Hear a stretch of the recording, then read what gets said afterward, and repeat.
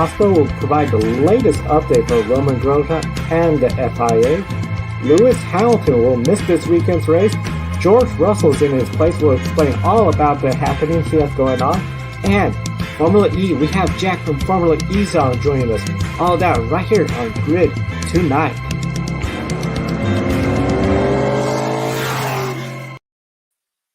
Hello and welcome to Grid Tonight, your weekly motorsports news program. I'm Joe Samaniego. With me, Kobe Lambeth from the Podium Finish. We have a lot of news to report and discuss today.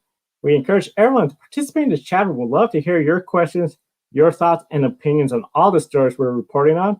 We'll start with some breaking news from IndyCar. Marshall Pruitt from Racer Magazine reported on some silly season updates from the NTT IndyCar Series.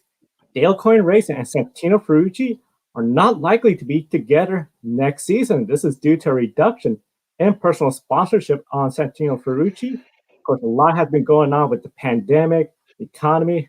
So definitely this is big development. Of course, not too long ago, Santino has expressed interest in NASCAR Xfinity Series racing recently. And according to Pruitt, several Formula 2 drivers are in contact with Dale Coyne Racing, and this also includes Formula 1 driver Romain Grosjean. Also, Pietro Fittipaldi, who is making his Formula 1 debut this weekend, might be a candidate for a seat with Dale Coyne Racing. Of course, we all know Alex Palou, who was with Dale Coyne Racing, is going to Ganassi Racing, and now the 18 seat is unsure. Kobe, this is just really big news and an impressive list of potential drivers that could be in that seat.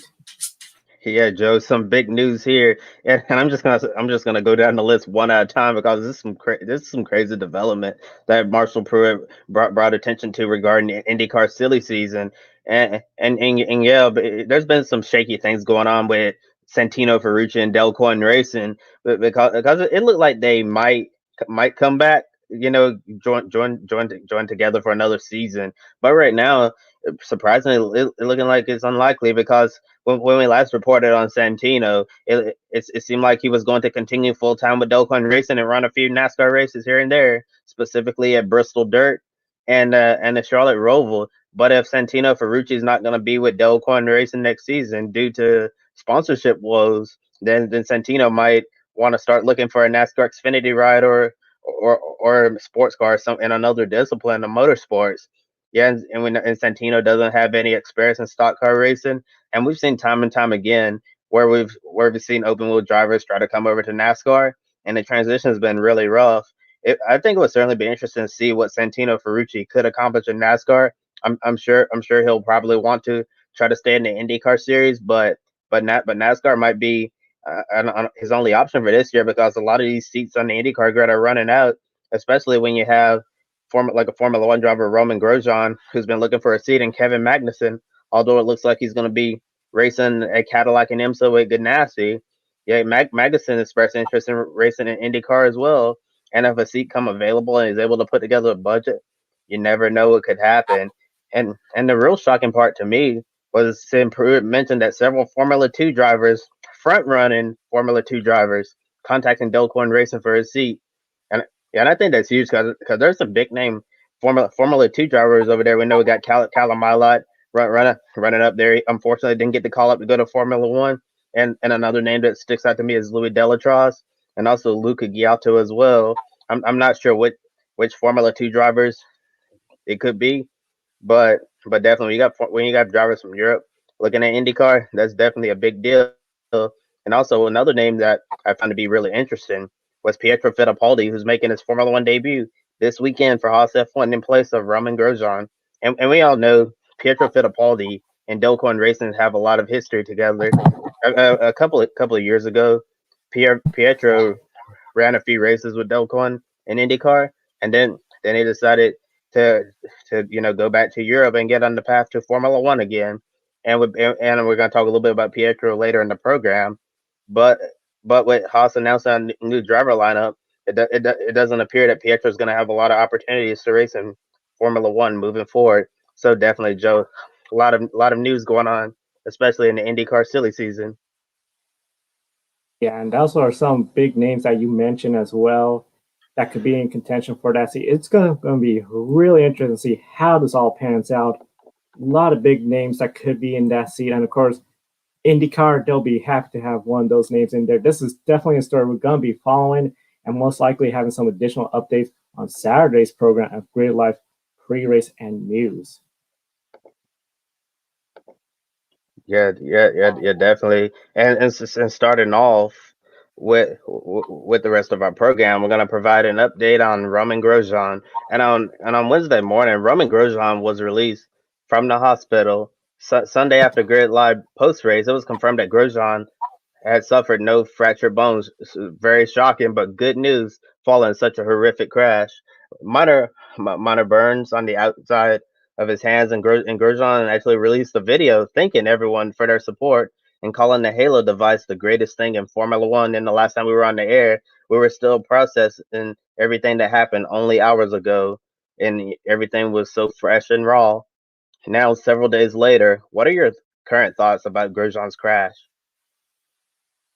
Definitely with Grosjean's crash and now having a couple days to process it, it's really just gotten to the point where I feel like, okay, the shock, especially if I was explaining to somebody watching the event Sunday, I can still remember the shock, the emotions went through.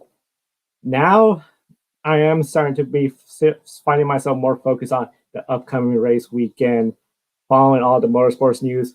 It's definitely something where, as we're proceeding on, I feel like, time heals and definitely we're moving forward. It is very interesting, though, because we do get the reminders, especially this week. It was on Monday, NBC Nightly News with Lester Holt. Rarely do they talk about Formula One. Here they were showing the footage of Romain Grosjean talking about it. So we're seeing more of the exposure from the crash that's gaining attention from the media that traditionally doesn't follow motorsports. And at first it was just something where it kept bringing back some of the emotions. I know Monday I was still in that shock, couldn't believe it happened, where now I feel like I'm accepting it more that this is what happened Sunday. Roman's thankfully out of the hospital, and we got another race to cover this upcoming weekend.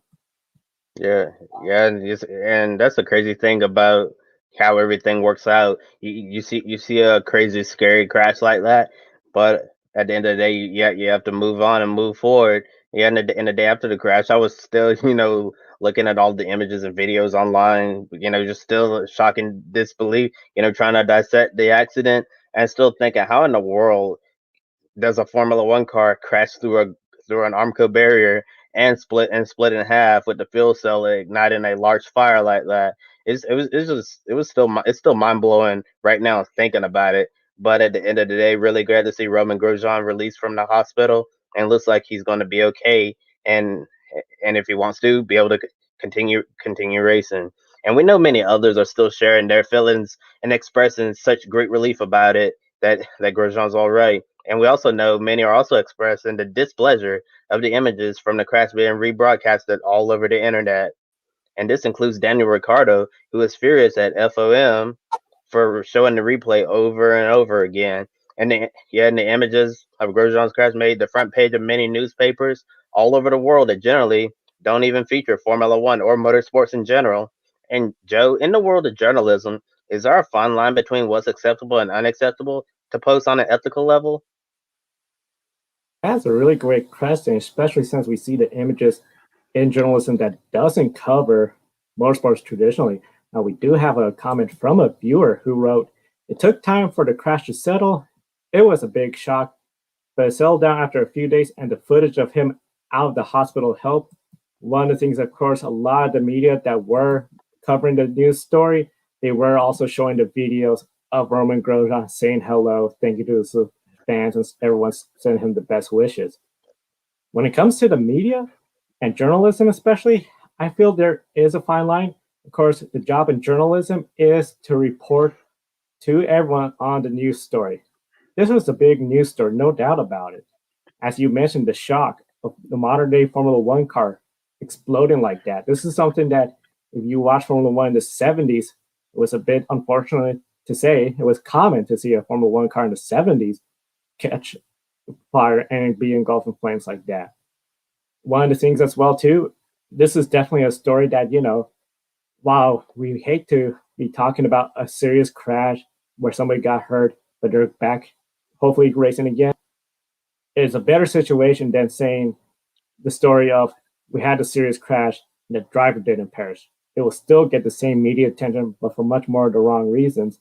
And this is definitely something where I know later on in the future episode of Grid Tonight, we're going to be with Brett from right here on the Grid Network, as he's going to talk a little bit about some of the things when it comes to motorsports journalism, especially for aspiring journalists. Yeah, exactly. It's gonna be exciting having Brett Winningham on our program from Speedway Digest, a great young motorsports journalist who knows a lot about the world of journalism and particularly ethics. Yeah, I think all of our viewers out there who are interested in motorsports journalism, Brett's definitely gonna has some great resources for you coming up. And fall in the aftermath of Grosjean's crash, the primary focus that people have been looking at are one, the car penetrating through the Armco barrier, which honestly, should not happen at all. I'm still in shocking disbelief that I saw that with my own eyes and everybody else did too. And number two, the car split in half, and we're really lucky that the survival cell did its job and helped Romain Grosjean survive that accident. And along with the Hans device, keeping his head, his neck in place, and then the halo. If you look at that Armco barrier, that the Halo did exactly what it was supposed to do. And also number three, the fuel cell at night, and you definitely don't want to ever see that happen. It's still chilling going back and looking at that video of Roman Grosjean emerging from the fire. It's like something that you'd see from an action movie or something. That was just one of the wildest things that I've ever seen in my years of watching motorsports. And Joe, with all that being said, is there more to the story, and what type of changes should the FIA consider in terms of safety? Definitely, there's a lot more to the story. And one of the things that is, of course, part of any major investigation, the FIA, thankfully, they'll be able to ask Roman Grosjean questions as to why did he make that right turn. A lot of folks are focusing on what happened ahead of him, especially where Lando Norris was, where he got squeezed, everyone checked up. Was Roman thinking, I'm going to try to make a couple passes by going onto the inside, unaware that Daniel Kvyat was right there and they made contact?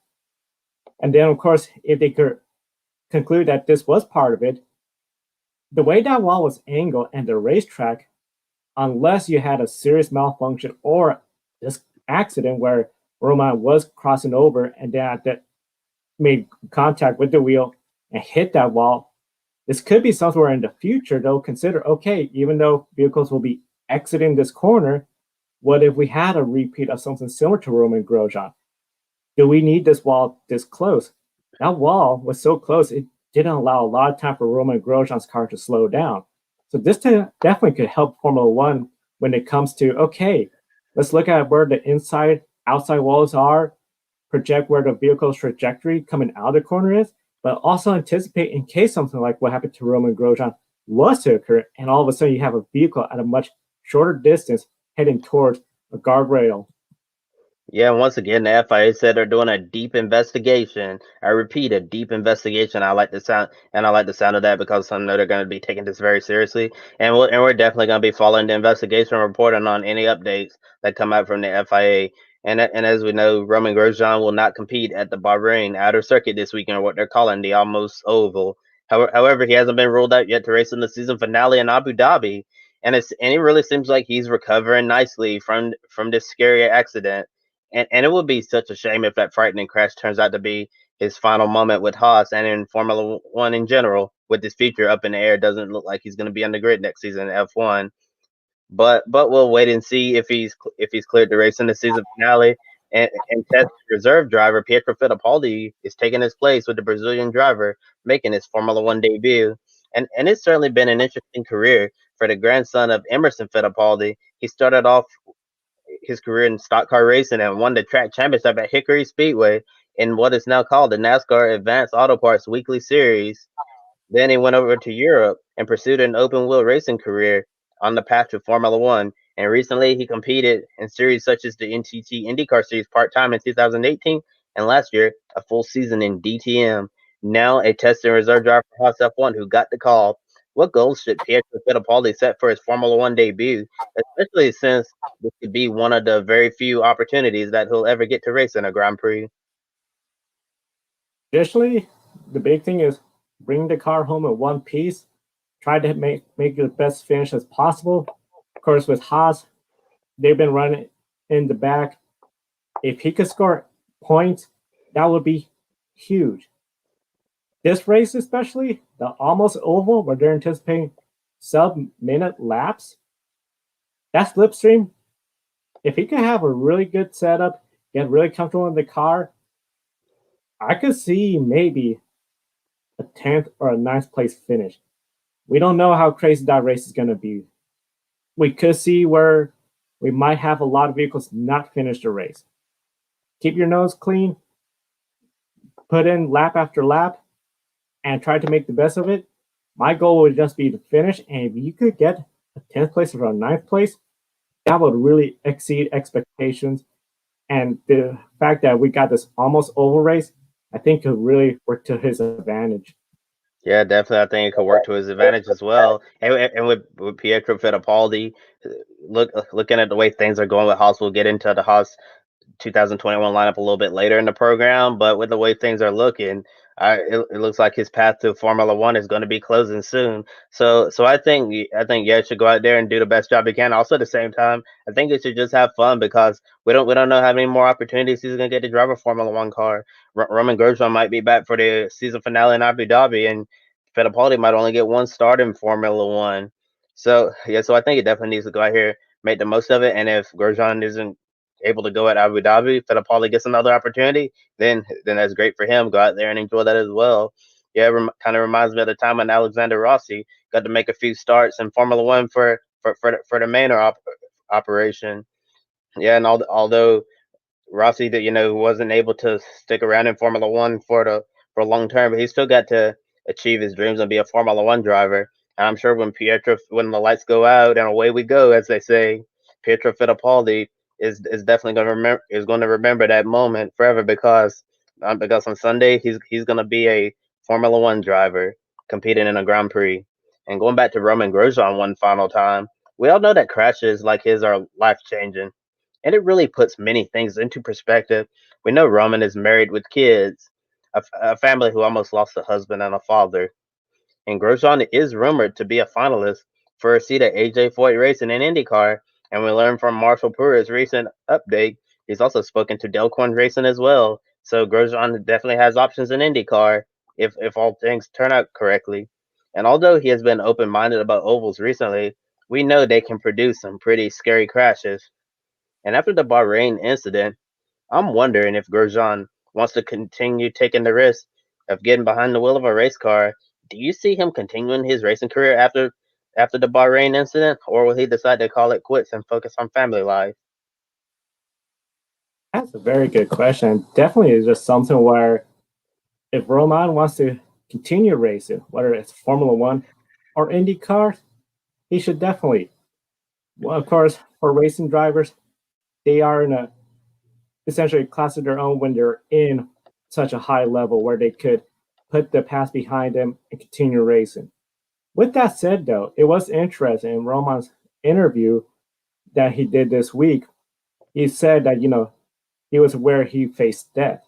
And one of the things he talked about was with his experience, he's definitely going to be, seeking to get some help, which I think is really good because we all know we've been talking about mental health.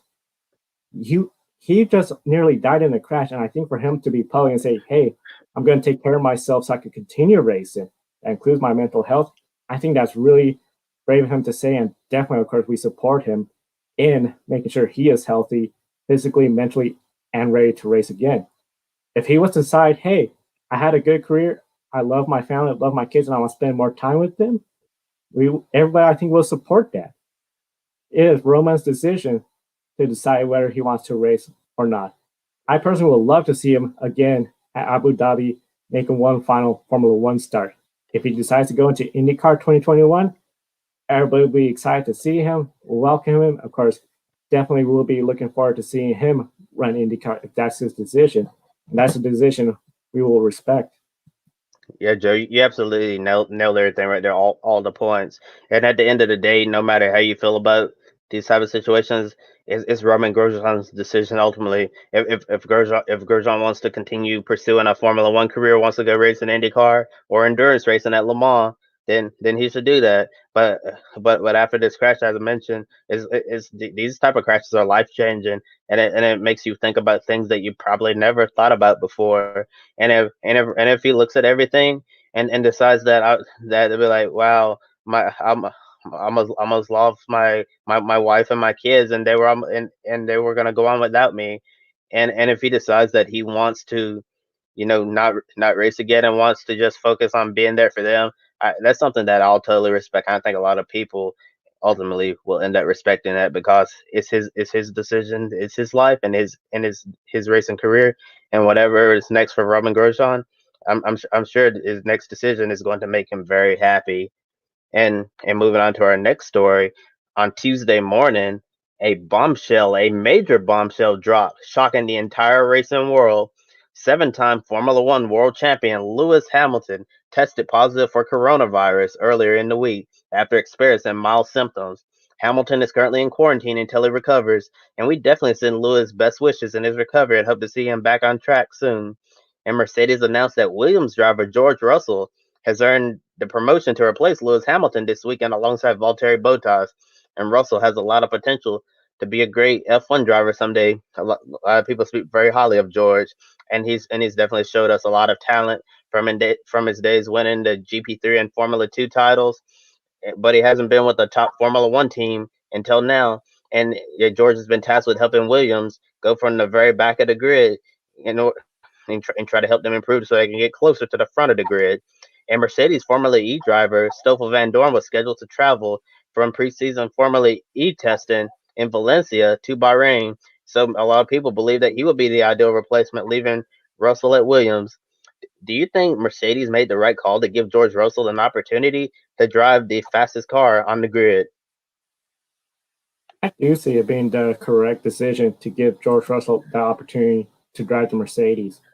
He's been driving Formula One cars. He's been on the essentially racing against everybody. So he has a better idea of how the competition is going to be like. Now, of course, he's going to be in a much faster car, a team that is their goal is to just go out there and win races. Not like the Williams team where they're just, hey, let's finish the race, try to improve our pace, maybe try to get some points. He is now in a team that, okay, you got a car and we anticipate a win. With that said, of course, with the circumstances, I don't see them anticipating 100% win or nothing else. George Russell's going to have a little bit of learning curve with a new car, getting a new team, new procedures, all sorts of changes. But definitely when it comes to the competition, he knows how everyone's going to race him. The one advantage, of course, if he could get pole or front row, his competition is behind him. And even though this could be a race where there's going to be a lot of slipstream, a lot of drafting, if he could stay up front, then he's going to have an easy route to victory. I know a lot of folks want to see Stoffel Van Dorn get in there, but he has to be in a race car, particularly a Formula One race car, since 2018. Yeah, and that's one thing, and that's a great point right there.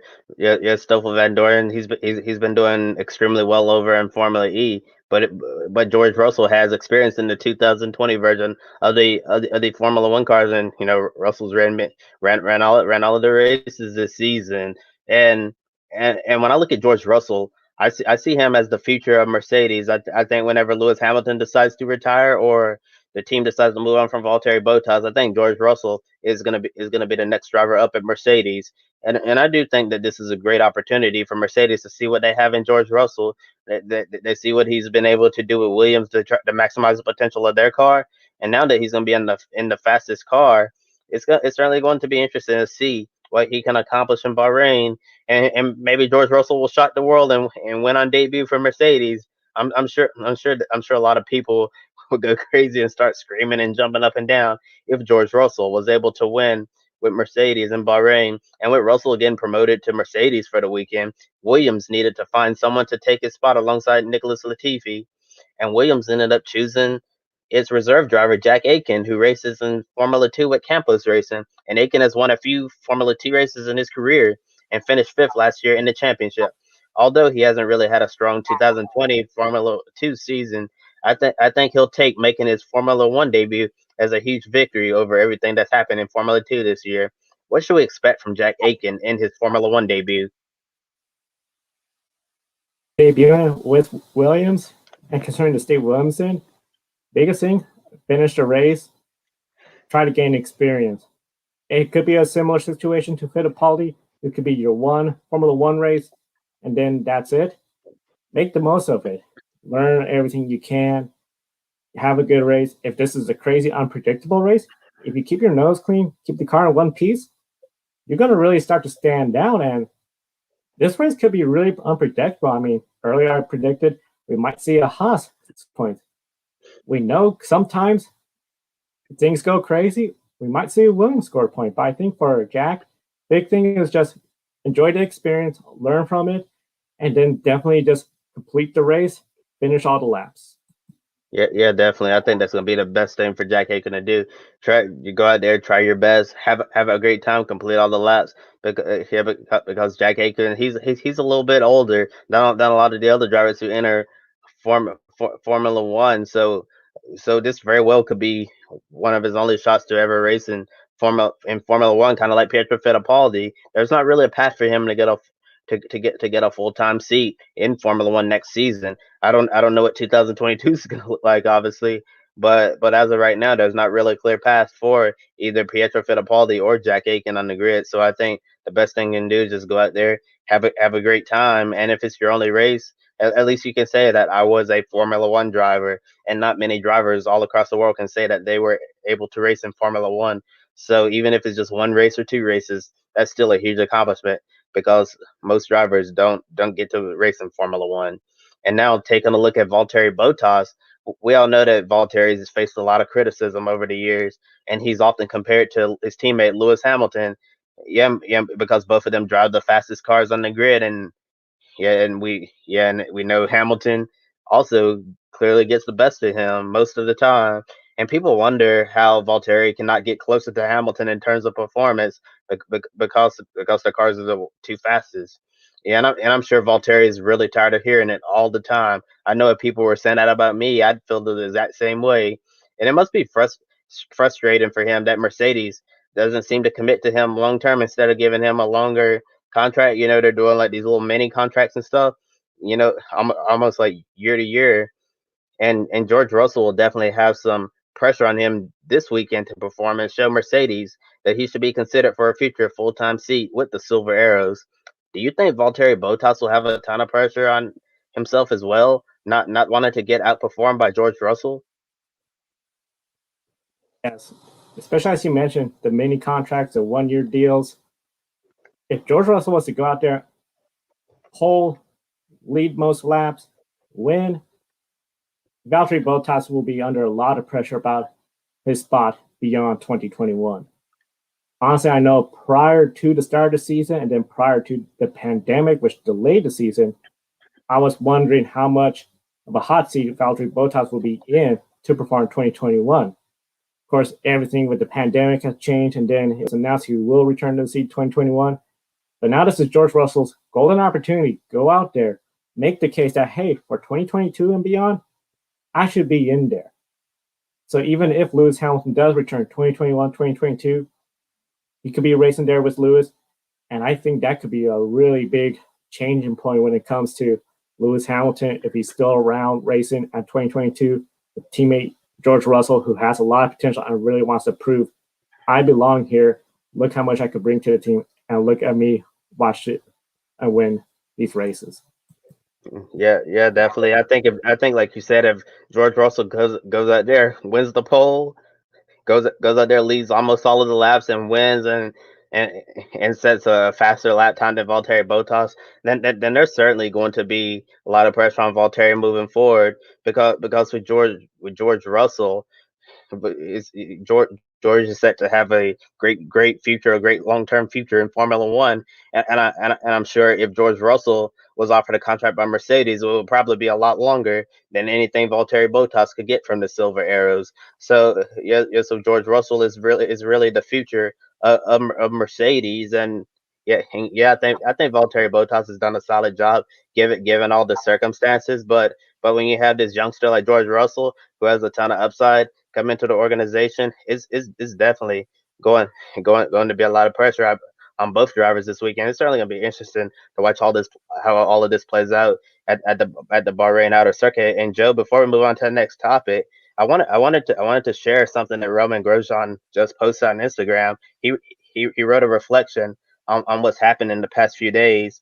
Yeah, he was like looking at the video of his crash, and he said, I quote, "Look at the professionalism of the firemen trying to keep the fire away from me in the car. Look at the action on Ian Roberts and his involvement. I told him he was a hero. He went into the fire as much as he could to save me. Finally, this is also the moment I realized I was going to live, extracting my body from the chassis. Yes, it burned myself, and yes, it was painful, but that's nothing compared to the relief I felt as soon as I could get up. I felt Ian's hands pulling me over the barrier, and I knew I was safe. I remember every second of it, and life will never be the same again. But I'm sure for the best. I met with death, and that was the worst feeling I ever had. But I'm alive, and will enjoy every second of life and every small win, in a much better way from now on." And Joe, after reading that, I know we mentioned that this would be life changing, and after hearing what Valtteri wrote on Instagram, pretty much sums it up, right? It does sum up everything Roman just wrote, and thank you for sharing that. I know definitely we encourage our viewers to definitely follow on Instagram. You can find Roman's account there, as well as the Grid Network Instagram account as well. Now, some other big news that have been occurring this week, this time coming from Formula E. Monday, shocking news from Formula E community. Audi will be leaving Formula E following the next season's competition. Now, of course, the next season, Formula E is the first time it will be a FIA World Championship season. There were rumors of teams looking for an exit, but nobody was really anticipating Audi. Nobody really had Audi on their radar. Now, joining us on Grid tonight is Jack from Formula E Zone. Jack, welcome. What was your reaction to Monday's news about Audi leaving? With Audi, to be honest with you, one of shock. I wasn't expecting Audi to sort of disappear from Formula E, so I think we were all taken aback. I think we've all sort of contemplated on it, and I think, okay, we sort of now beginning to understand their reasons for it, and obviously, I'm sure we'll talk about soon why they've done it, which I think is interesting. But initial reactions was shock. We knew here at Formula E that there were teams looking for investment, and I still think Audi is not one of those three teams that are looking for investment, because obviously they're a huge corporation, and so I wouldn't expect Audi to be looking for investment in order to keep running their Formula E team. So I think if this is a complete separation to what we sort of already knew, with teams potentially being up for sale, teams wanting investment. I think it's completely separate to that, which I think is really interesting. So that means, looking in the future, is Formula E in a healthy place? Who knows?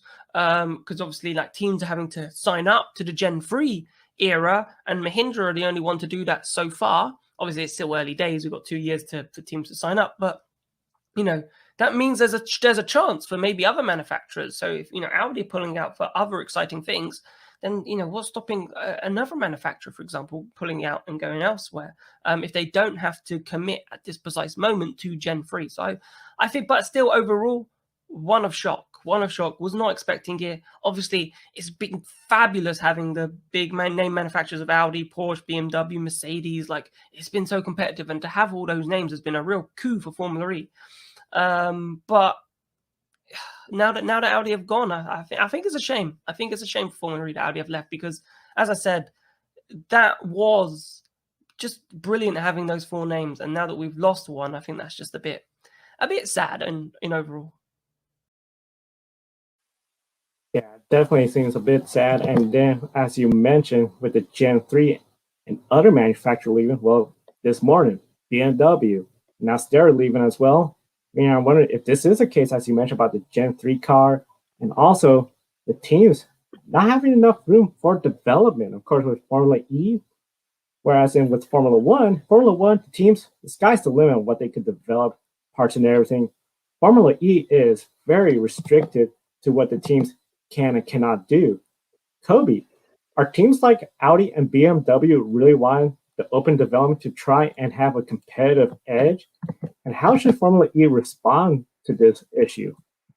I think Jack said it the best at the end of his answer. It's quite a shame. Yeah, it is a real shame to see manufacturers like Audi and BMW pulling out their factory support from Formula E, because I thought they would be here for a very long time. That seemed committed to Formula E for many years to come, and then for them, like consecutive days or whatever, to say Audi say I'm leaving Formula E, and then BMW say we're leaving too, and I'm thinking, who's next? Are we going to see Jaguar pull out of Formula E?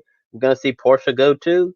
Yeah, and if that happens, I'm going to be really worried for the future of Formula E. And I'm curious if we're going to see any manufacturers take their place in Formula E. And looking at the side of things where they're talking about development, I'm not really sure how Formula E should respond. You kind of just need to figure out what you want your product to be. And we've seen in testing, the competition is as close as it's ever been so far. So if these Formula E teams cannot develop the cars the way they want to, then maybe Formula E is just going to be a series, for strictly entertainment only. But it seems like these manufacturers want open development, so they can push the equipment as far as they can, and develop the fastest electric open wheel racing car as possible. Yeah, and then you'd see the close competition that we saw in testing at Valencia, close lap times. That's going to disappear when you open up development, because some teams are going to, they're going to get it right off the bat, and they're gonna be way up there, kind of like Mercedes and Formula One, and then the teams, I hate to call them out, probably Neo, they'd be at the very back of the grid, struggling to keep up. But with the current situation, it pretty much gives a lot of drivers a chance to be successful in Formula E. And I just think that Formula E is in a real tough spot right now, because they need to figure out what they want to be moving forward. Formula E is in a really tough spot because the close competition has made it really entertaining, especially closed street circuits, tight racing, a lot of contact. I almost sometimes compare it to the NASCAR when it comes to the amount of on-track contact during each races. The qualifying even is so intense, where if you're not in that Super Pole, you could be second in the points, but you're starting way in the back, and it's really tough, as we saw this season. I know 2 seasons ago, Formula E, 8 different winners. This year, Antonio Felix Acosta, yes, he did pull away, but it still is not the same kind of dominating level that we see in Formula One, World Rally Championship, and other series. Now, right now, Formula E has 4 race dates confirmed in 2021. Both of them are double headers at Chile and Saudi Arabia. Last season, DS Chishida, they essentially were the team to beat. Antonio Felix Acosta wrapped up the championship early in Berlin. And then, of course, now Formula E, we just wrapped up a 3-day test session. Jack, give us a shakedown on some of the surprises, disappointments, and questions that arose from the 3-day test session. It's only been 3 days, and you're trying to read something into it, and that's what we have to do. We have to read something into this. Like, we can't just go away from these 3 tests and go, well, I don't know anything going into Santiago. But the results have been here and there. I suppose one of the surprises has to be that, the field is so close. Today, they finished within 8 attempts from first to last, and that's unheard of in any series, really. And the fact that we've got that in Formula again, it's just showing how competitive this season is. Also shows how much Neo 333 could have improved and maybe have gone from being that back market team. And with this new powertrain, they could be someone who's moved forward and has made real gains, and hopefully won't be fighting for those last 2 positions. If there is a team at this precise moment that I'm going to say is disappointed, I'm going to say Jaguar. They just did not impress me at all for testing. They weren't really there. Mitch Evans was quick today, P5, but then Sam Bird 23rd. They had issues on the first day, which Sam Bird said yes, they've resolved, but they weren't going to go into those issues.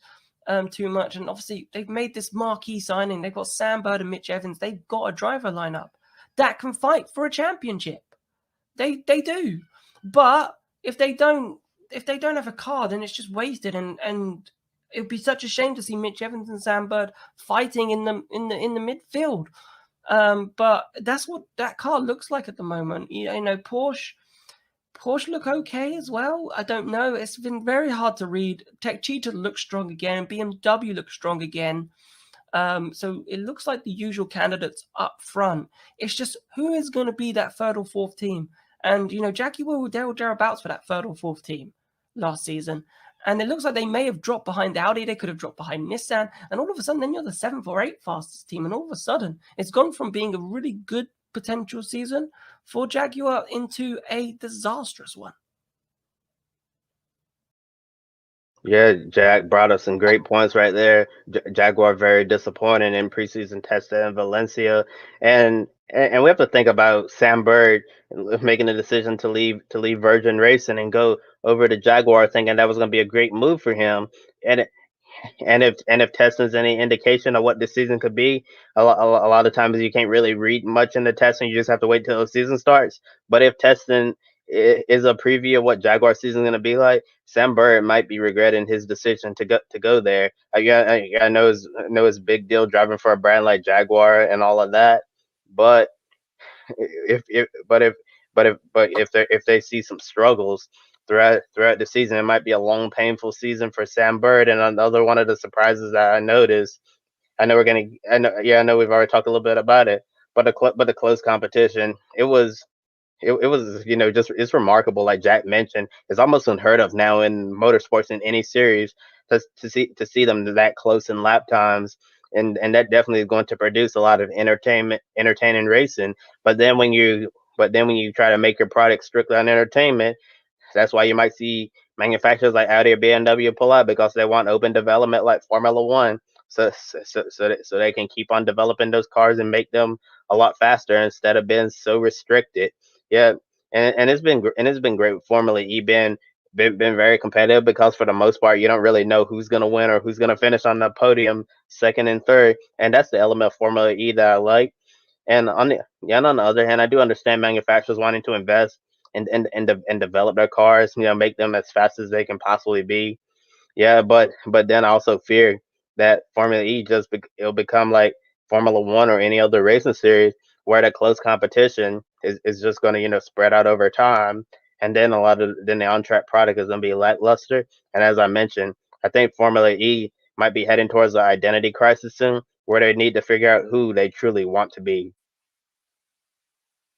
Yeah, the close competition, that is a big win, especially for a casual fan.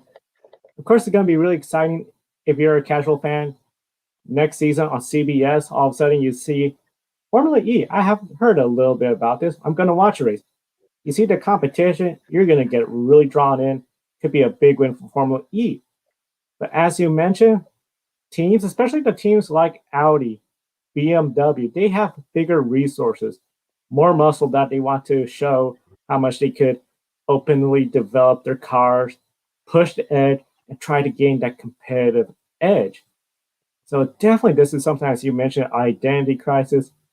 If teams are allowed to develop, you definitely will see a bigger gap between the bigger teams and the smaller teams when it comes to the timing between first place and last place, so close. And especially when they have their super pole format, where you have these group formats of qualifying, so the top 6 in points go up in one group. Too often, about 3 or 4 of those drivers are not in super pole, and they're way in the back, starting near the tail end. So it's definitely really tough for these manufacturers. Kobe, could this be the start of a battle brewing between the manufacturers wanting more development, more say in what they could develop, and Formula E having a near level playing field? Yeah, it could be.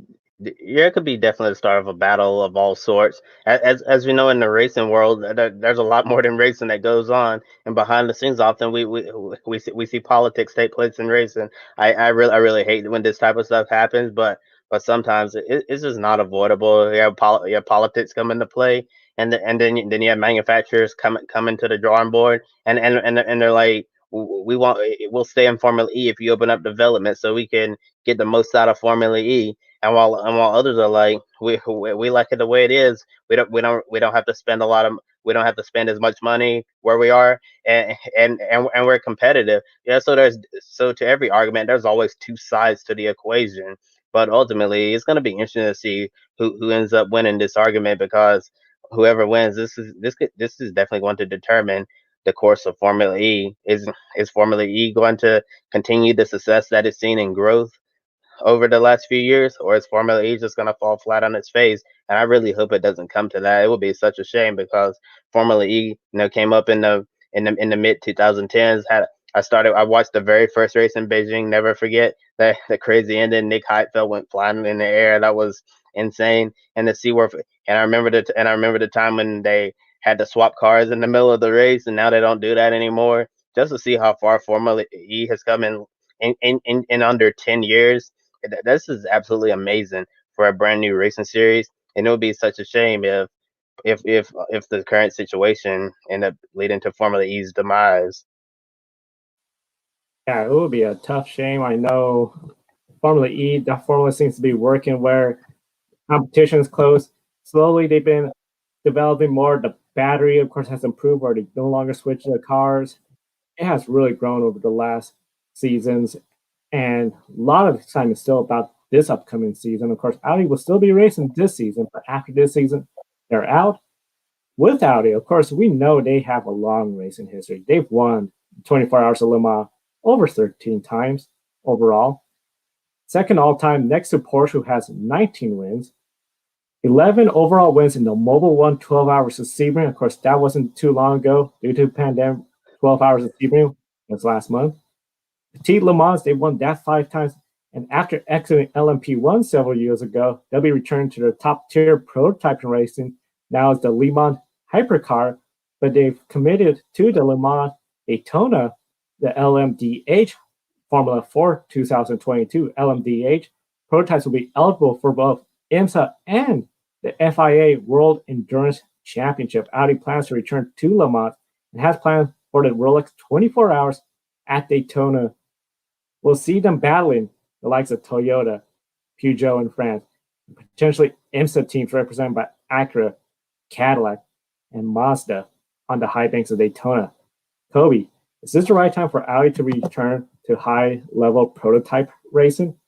Yes, I think it's absolutely the right time for Audi to return to prototype racing. It seemed like we have a winning formula on our hands. It's still gonna take a while before we can see if this is truly going to be a golden era prototype racing. But seeing a number of teams, well, not teams, manufacturers interested in Le Mans Hypercar and also LMDh, there's a lot of interest with LMDh out there. It wouldn't surprise me if we see Acura, Cadillac, and I'm not sure about Mazda, but if we see those three brands from IMSA stay on and build an LMDh car, now we have Audi committing to LMDh. I think that's huge for racing, and this is exactly what many sports car racing fans and people in the industry have been asking for years. They want to be able to put a prototype on a plane and be able to go race it anywhere in the world. If you're Audi, who's going to be running a full World Endurance Championship schedule, all across the world, and you definitely have the budget to come race in the United States. Audi could take however many cars that they would potentially bring over to America.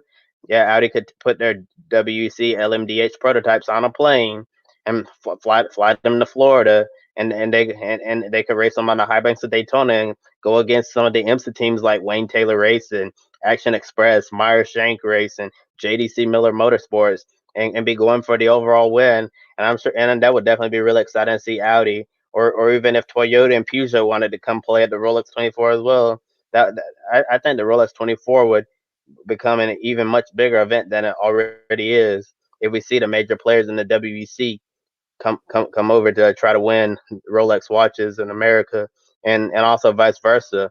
Been able to put an LMDh on a plane if you're, let's say, Wayne Taylor Racing, Action Express, and you want to go run the 24 Hours of Le Mans and compete overall. Yeah, and that's definitely the big thing here with the LMDh platform, and we don't know yet if the Le Mans Hypercar is going to be eligible to compete in IMSA.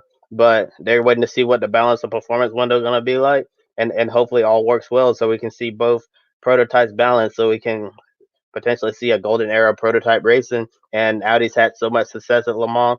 It's felt weird not seeing them run the twice around the clock French endurance classic in recent years.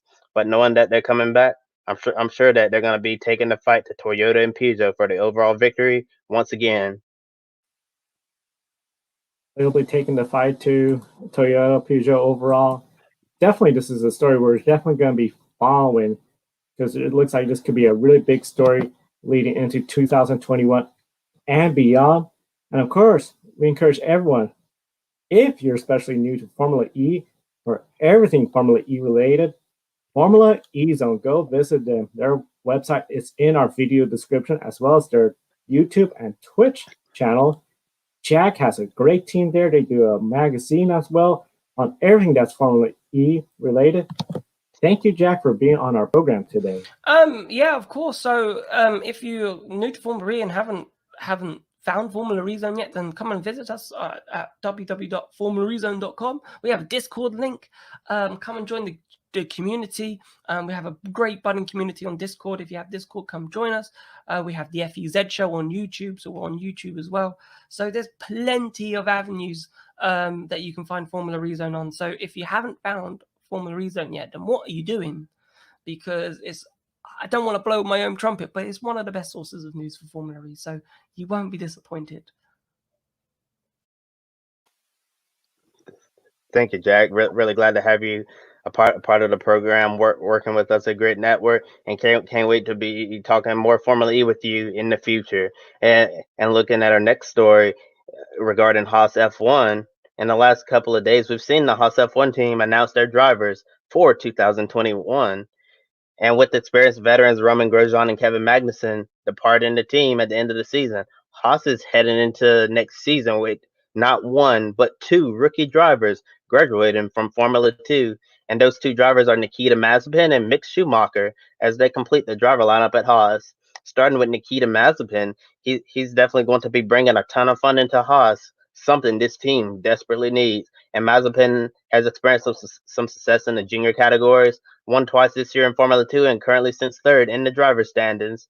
However, some feel like the two Ferrari junior drivers should have gotten a call up to Formula 1 instead of Mazepin, and those two drivers are Callum Ilott and Robert Schwartzman. So, Joe, in your opinion, do you think Nikita Mazepin was the right choice for Haas? I do see him being a good choice for Haas. On the track, he's fast. Definitely, of course, that's a big factor. Anytime you have a driver when it comes to Formula One, that brings a lot of funding. There's always this question, well, how much of it is the money compared to talent? I feel Nikita does have talent there. He's shown it. Of course, he does have a following as well. And especially, I think when it comes to a fan base, he'll be, of course, representing country of Russia. We're not sure what's going to happen to Daniel Kvyat. So even if Kvyat's not on the grid, you still have a Russian driver on the grid. That's going to bring fans for the Russian Grand Prix. It's going to be something where I see him being a good fit for Haas. He's going to go in there. Haas, they're probably still going to likely be in a similar situation to this year. With that additional funding and 2022 just around the corner, it could really come out strong for 2022. I think this could be overall a good comparison, especially when we start talking about his teammate for next year.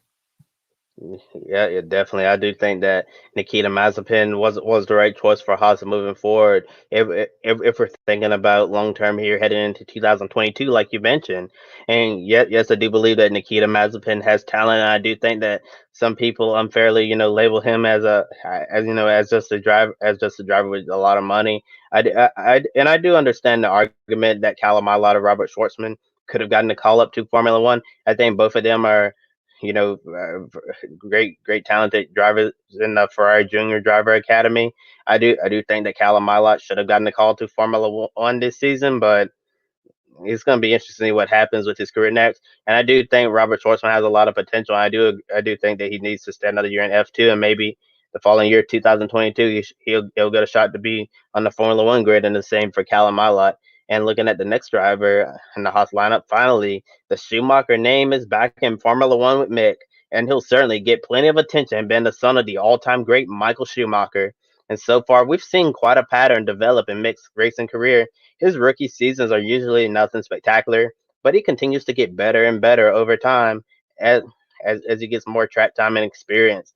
Then once he has that, Mick Schumacher, watch out. He'll start to break out and perform like a championship winning driver. Should we expect the same in his Formula One career, his rookie seasons specifically? I do, especially considering 2021, the Haas vehicle, for viewers not familiar with, because of everything pandemic, there is a freeze where essentially these cars will be the same cars next year. Minor adjustments here and there. But Haas, I think they're going to be still way behind the ball with the Ferraris, with the Williams. This is a good opportunity for Mick Schumacher just to learn the tracks, learn the weekends under the Formula One team, and use that experience for 2022. 2022, assuming there is no delay and we have the brand new cars, he has that 1 year experience, brand new car, everybody's on that new level playing field of a brand new car, and the new regulations where the teams that finish further down the standings are going to get more wind tunnel time, the additional funds from his teammate, and hopefully more sponsors.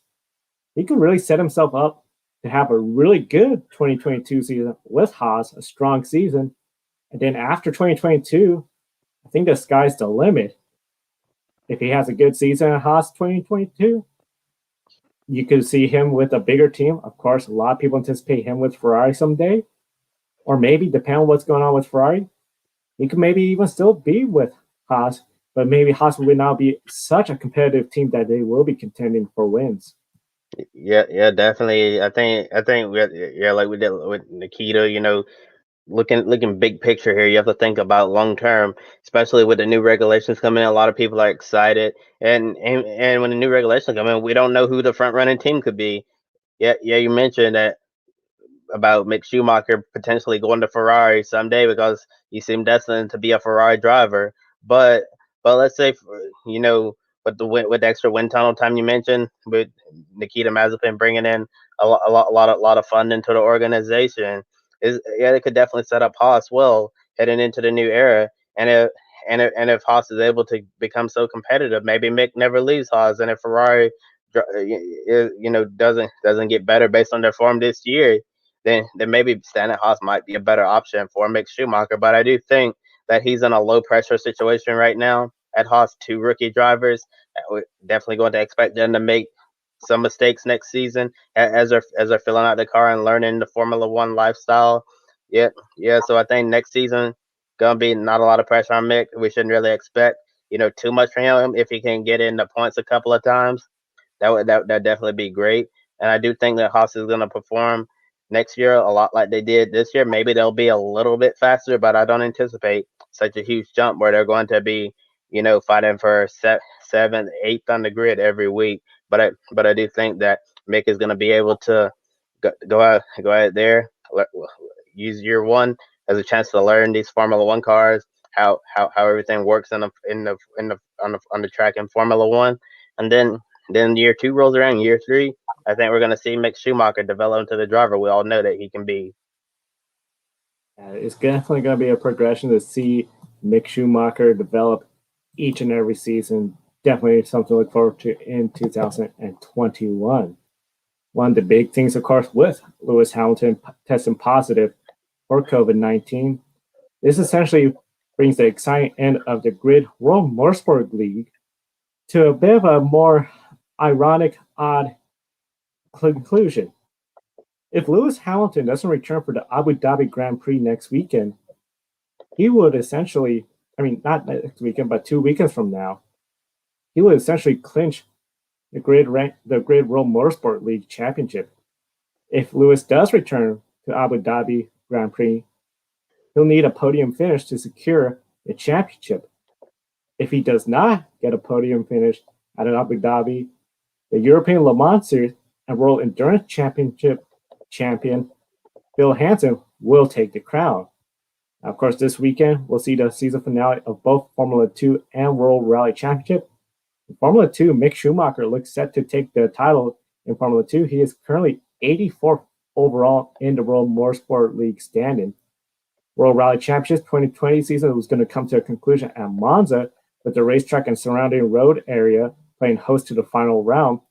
Welshman Elfyn Evans goes into the weekend on top of the standings for World Rally Championship. He is currently 16th in the WML standings.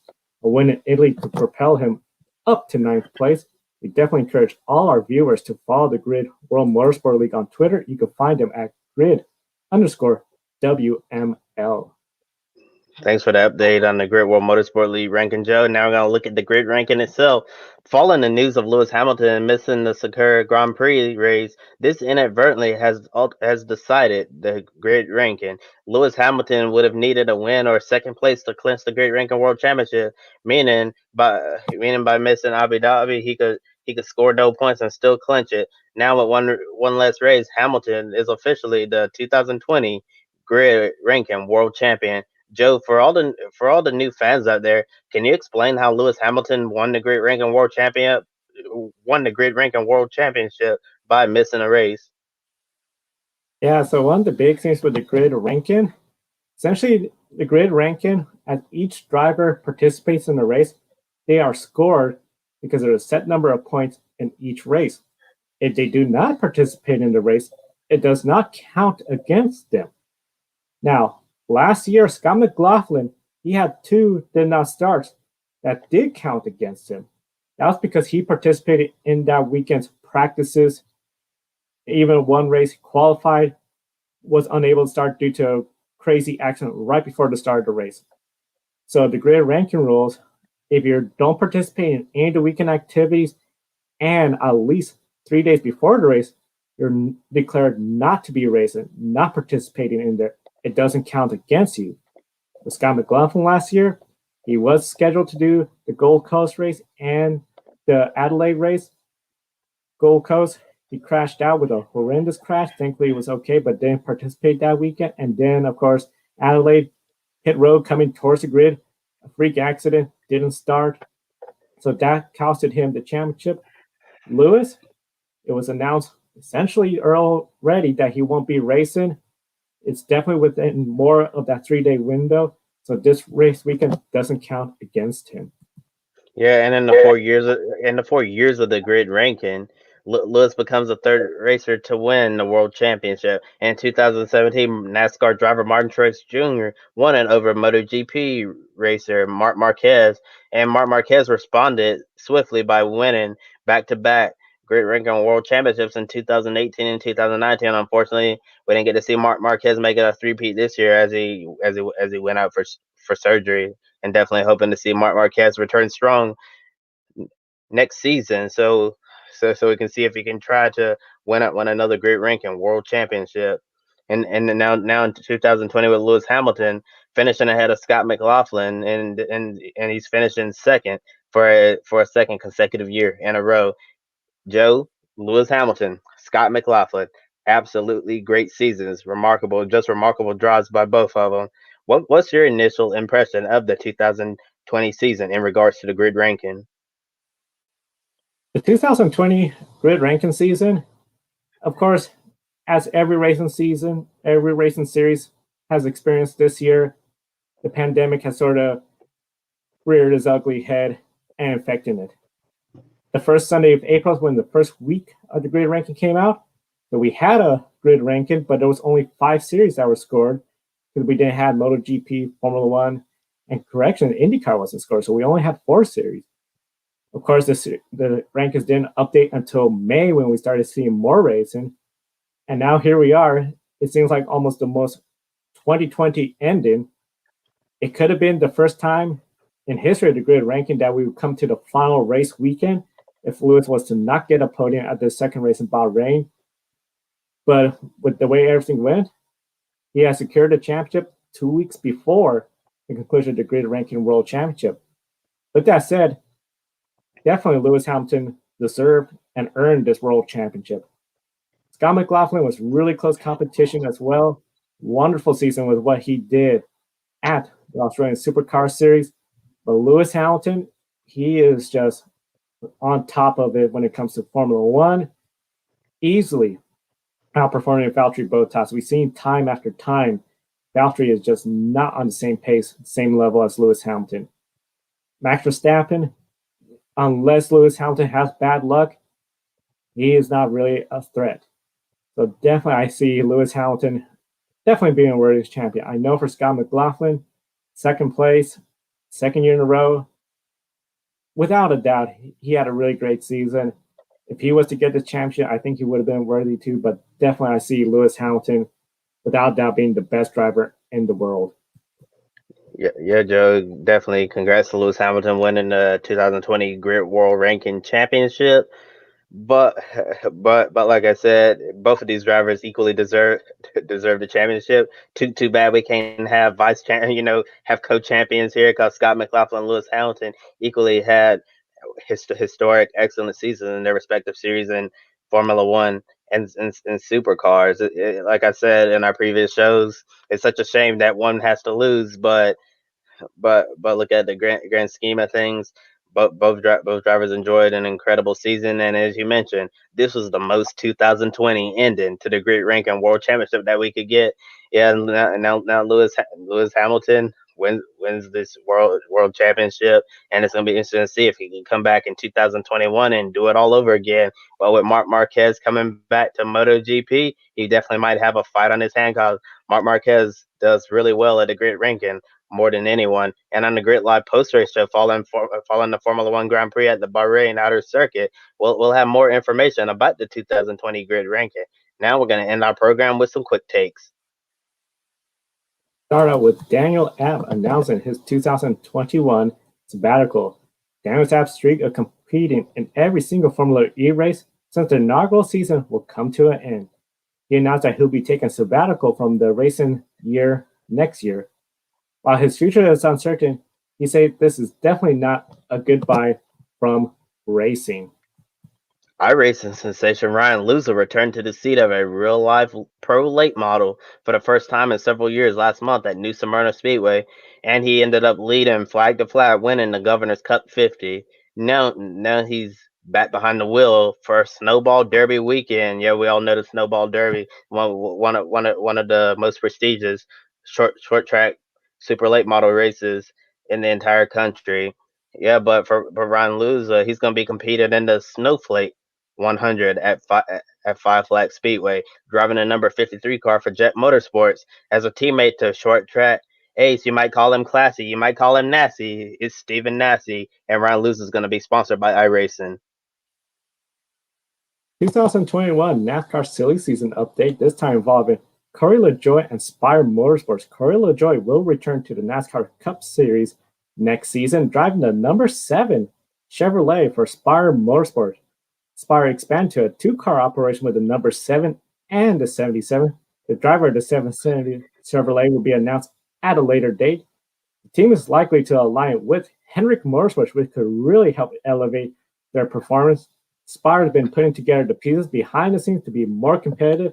Definitely a team to watch next season. 2020 Formula 3 champion Oscar Piastri will receive a promotion to Formula 2 next season, and Piastri won the Formula 3 title with Prima, and it was just announced that he'll stay with Prima in Formula 2, and Oscar jokingly said he was looking forward to more pizza and pasta with the Italian-based team.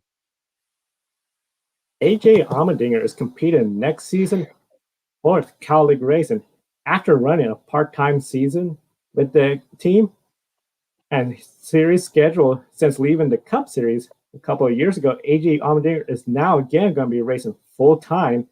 The Dinger is returned to Cal League Racing's number 16 and going for the Xfinity title. AJ said he stopped having fun at the end of his time as a full-time Cup Series driver. It felt more like a job instead of the passion of racing. However, that has changed. He is committed to running a full season with Cal League. As long as they're having fun, they don't make it seem like a job. Cal League expand to 3 full-time entries next season with AJ Allmendinger, Justin Haley, and Jeb Burton. After finishing second in this year's Indy Pro 2000 Championship, Devlin DeFrancesco We'll move up to the Indy Light Series. Di Francesco will drive the number 17 for Andretti Steinbrenner Autosport, and he joins an already confirmed lineup at Andretti of Kyle Kirkwood and Daniel Frost. So definitely very, very exciting to see Indy Lights continuing to grow. Yesterday, the 2021 ARC Menard Series was announced. We have a 20 race schedule at 19 different tracks, starting off with Daytona for the season opener, followed by Phoenix, Talladega, Kansas, Toledo, Charlotte, a road course in Mid-Ohio, Pocono, El Cajon, Berlin, and Iowa makes a surprise visit appearance on the schedule. Then we have Winchester, another road course, Watkins Glen, Michigan, Illinois State Fairgrounds, dirt track, and after that, a return to the Milwaukee Mile. Pretty shocking. Been a while since we've seen the Milwaukee Mile, followed by another dirt track at DuQuoin. Finally, ended the season with Bristol, Salem, and a second race at Kansas for the season finale. In addition to his full FIA World Endurance Championship schedule with Dragon Speed, Juan Pablo Montoya, JPM, will return to the IMSA WeatherTech Sports Car Championship for the endurance races, with Montoya signing with Meyer Shank Racing to drive the number 60 Acura DPI. His experience with this prototype from Acura Team Penske should definitely help MSR get up to speed, and this completes the lineup for Meyer Shank Racing next year, with Dane Cameron and Olivier Pla running for the championship. Juan Pablo Montoya in for the longer distance endurance races, and AJ Allmendinger returning to drive for his buddy Mike Shank at the Rolex 24. IMSA update for the 2021 season. Vasser Sullivan, since splitting up with AIM Autosport, has announced their next move. Co-owner of the team, Jimmy Vasser and James Sully Sullivan, confirmed a return to the GTD class in IMSA. With the strong duo of Jack Hosworth and Aaron Tellez, returning to co-drive the number 14 Lexus RCF GT3. So a lot of news going on when it comes to IMSA. Yeah, definitely a lot of news all around. Unfortunately, folks, that's the end of our program for tonight. went over an hour tonight because there was lots of racing. It feels like that. Yeah, Joe and I were talking before our program about the amount of news that dropped in recent days. That we had so much news drop. Unfortunately, I had to leave some out of the program for tonight because there was just so much news. The amount of news that dropped this week, we'd have enough for like 2 to 3 more weeks of Grid Tonight news programs. Yeah, so definitely a lot of racing news. We'll do our best to keep you up to date here at Grid Network, and want to remind you to like, subscribe, and comment to Grid Network. And you have any questions, feel free to ask us. Whether it's on our videos on YouTube, whether it's on our Twitter, Facebook, all the other platforms we have, definitely want to answer your questions and make this a fun, interactive experience for you all. And tomorrow, be sure to check out a brand new episode of Grid Girls. Have a special guest on there, Belen Garcia from the W series is going to be on the program. So definitely you don't want to miss that. And be sure to check out our latest episode, Life on the Grid, with the Podium Finish editor-in-chief Rob Tiongson and musical guest Travis Mason. And on Saturday, we're going to have our Grid Live pre-race program, and Sunday evening, going to have Grid Live post-race. We're going to recap the Bahrain Outer Circuit, the almost oval race. Definitely a lot of anticipation heading into there. Also be sure to check out our Patreon page. I want to give a shout out to Colin. Thank you, Colin, for supporting us these last several months. Really appreciate you. And definitely hope we continue to make you proud as we grow our programs here at Grid Network. For Joe Samniego, I'm Kobe Lambert from the PodiumFinish.net. Have a wonderful night, and we'll see you next time.